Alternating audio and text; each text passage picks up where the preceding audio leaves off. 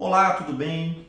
Sou Júlio Ribeiro e vim aqui hoje falar sobre um assunto que me incomoda há no mínimo uns 25 anos. E eu acho que esse assunto também incomoda você que está na carreira de docente, está na carreira de professor, um especialista que ensine algo que tem a ver com a remuneração. Então, eu vou falar sobre algumas dicas, e na verdade são boas práticas, né? De como melhorar a remuneração nessa carreira de ser um educador, ser um professor.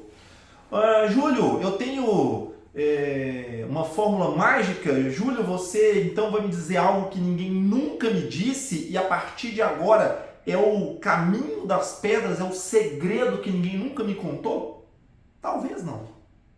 Talvez o que eu vou dizer aqui seja a verdade dura, na cara, que você precisa escutar. Tem a ver com a minha história, como eu percebo os meus pares de ensino, né? Todo mundo com quem eu já dou aula há muito tempo, né? Vários colegas, passei por vários colegas professores, e falo que professor, ele consegue sim ser bem remunerado no Brasil. Nossa, Júlio, mas a carreira não é bem valorizada, falta políticas públicas, a gente tem outras profissões que são mais valorizadas. Eu concordo com tudo isso. Tá? Eu sou aqui um dos defensores de que a nação, né, a nível federal, os estados, os municípios, a rede pública e privada, podem e devem valorizar ainda mais o professor no contexto de sociedade. Então, eu sou defensor dessas pautas. Mas há um elemento que nós, professores, temos que saber lidar, que é, primeiro, né, aqui eu vou dar uma sequência de 5 dicas, tá? Cada um dos próximos vídeos aqui eu vou detalhar um pouco essas boas práticas que eu tenho visto na minha carreira. Então, a primeira delas, vamos lá, né? Óbvio, atualização contínua. Você está preparado, professor, para efetivamente estudar sempre? Quando eu falo estudar sempre, eu vou trazer aqui talvez 3 dimensões da aprendizagem contínua para melhorar a sua carreira, a sua trajetória. A primeira delas, muito impactado pela pandemia, mas já vinha acontecendo de antes da pandemia, tem a ver com uma atualização dos canais de comunicação, do uso de tecnologias em sala de aula.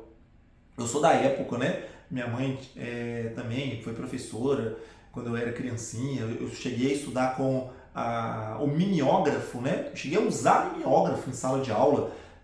Para quem não sabe o que é o mimeógrafo, você fazia o material, né? A folha era uma impressora que você tinha que passar em um rolo e tinha um álcool, né, que você punha, e aí era tipo um papel carbono, e ele reproduzia o que estava impresso em uma folha, em uma outra folha branca. Então você tinha que passar a folha várias vezes e tal, as folhinhas saíam com cheirinho de álcool, era ótimo fazer prova, novinho e tal.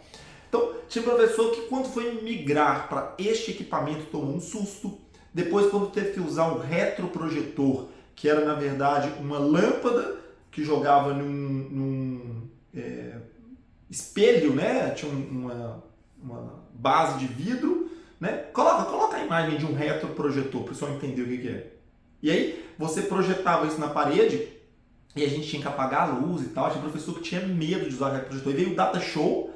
E aí o Data Show é um multimídia, né? Um projetor vinculado a um computador. Aí, uau! E quantos professores não tiveram medo de usar esse equipamento? Da mesma maneira que tinha professores que diziam que só existia professor PowerPoint, né? Que só conseguia dar aula se tivesse o PowerPoint, se escondiam atrás do PowerPoint. Então, eu estou querendo falar aqui sobre evoluções tecnológicas que é necessário que a gente tenha. E na pandemia agora surgiu os ambientes síncronos de aula. Eu comecei a usar o Teams, o Meeting.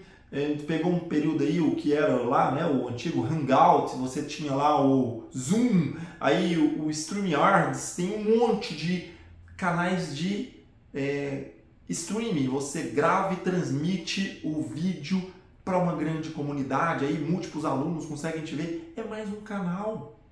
Lousa digital, como que você usa ela de maneira adequada, é mais uma ferramenta tecnológica. E eu tenho falado já, né, durante aí os últimos ano passado, principalmente muito sobre como que o metaverso vai ser mais um canal que se soma para a aprendizagem. Então, professor, se atualize desses canais de comunicação. É um tipo de atualização que só vai te fazer bem, você conhecer, você experimentar, você não ter uma tecnofobia. Segundo tipo de atualização, né? Esse foi o primeiro, o de canais de comunicação, tecnologias para interagir. Segundo, é a atualização metodológica, é a atualização das estratégias didáticas utilizadas pelo professor. Olha o que eu vou dizer agora, não sei quais de vocês aí, professor do ensino superior, professor do ensino médio, professor do Fundamental 2, que principalmente estou falando do Fundamental 2, a partir do 5º ano, e até professores do ensino superior, tá?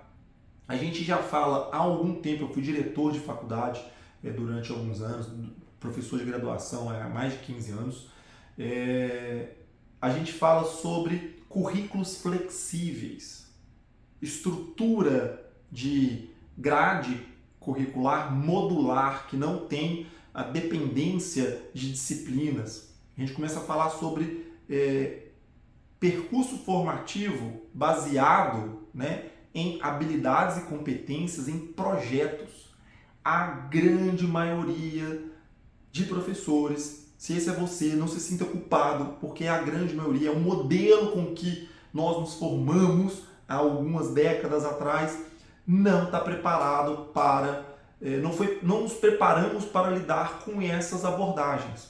Eu falo a Base Nacional Comum Curricular, BNCC, eu tenho um filho hoje de 8 anos de idade, e eu pergunto às professoras do meu filho está indo agora para o 4º ano do Fundamental 1. Eu perguntei no 1º ano, no 2º ano e no 3º ano para as professoras como elas veem a BNCC, como que elas pensam em trabalhar com a BNCC, elas quase dão um pulo para trás. Parece que eu estou falando grego.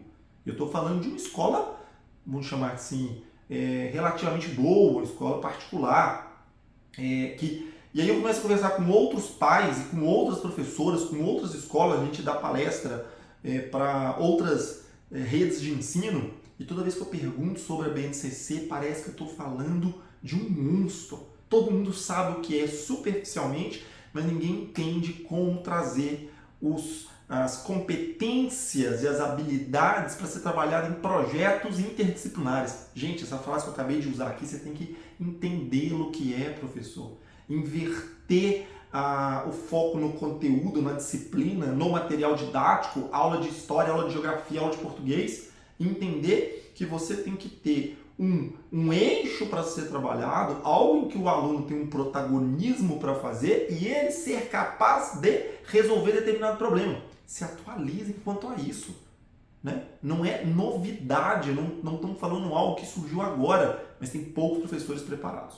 E talvez o terceiro nível de atualização que eu quero trazer aqui tem a ver com a atualização da sua área de especialização, se você for um professor especialista. Quando eu digo professores especialistas, todos nós temos um grau de especialidade. Eu sou geógrafo de formação, dou aula em alguns MBAs para o tema de cidades inteligentes, para o tema de metaverso, dou aula para o tema de estatística aplicada às geotecnologias, falando um pouco sobre Big Data. Eu lembro até hoje que 3 anos atrás, 4 anos atrás, eu estava num congresso apresentando lá um trabalho e falei sobre os 3 V's do Big Data, né? Velocidade, volume e o Big Data como algo de valor. E aí um colega meu de banca, né, um dos professores que eu mais admirava, falou assim, professor Júlio, são 5 V's já. E eu estava ouvindo falar pela primeira vez sobre aquilo. E ele me falando que aquele conceito de 5 V's já tinha ali no mínimo um ano que tinha sido trabalhado, né? Que ele tinha visto no congresso. Eu fui continuando atualizando, eu fui pesquisar, eu falei, gente, um mundo aqui dessa área que eu estudo, que eu preciso me manter atualizado. Então, você dá aula de quê? Né? A sua abordagem sobre aquele tema, aquela área de estudo, você tem que conseguir trabalhar de maneira interdisciplinar, trabalhar com o projeto, trabalhar usando as novas tecnologias, mas continuar atualizando sobre o que tem de novo naquele campo do conhecimento. Eu agora fazendo doutorado e vim falar sobre cidades metaversas, eu percebo que eu estou... esse aí é um tema de fato muito recente, muito novo, mas eu percebo como que alguns colegas meus do doutorado, eles chocam e falam, nossa, não, isso é muito novidade para mim, não quero nem entrar. E outros se interessam e falam, nossa, que legal, nunca tinha ouvido falar, deixa eu saber um pouco mais sobre isso. Então tenho essa postura de que quem quer continuar atualizado na sua área de conhecimento. Então, por fim, bons professores que são bem remunerados no mercado se mantêm atualizados nessas 3 dimensões. No mínimo, tem mais um conjunto de coisas, tá? Mas no mínimo, se atualiza nas canais de comunicação que você vai usar e as tecnologias de informação que estão envolvidas. Se atualiza enquanto métodos didáticos, abordagens pedagógicas, o entendimento dessas práticas educacionais e na sua área de especialização, na sua área de atuação. Com isso, professor, você está dando um importante passo para ser valorizado no mercado de trabalho. Ok?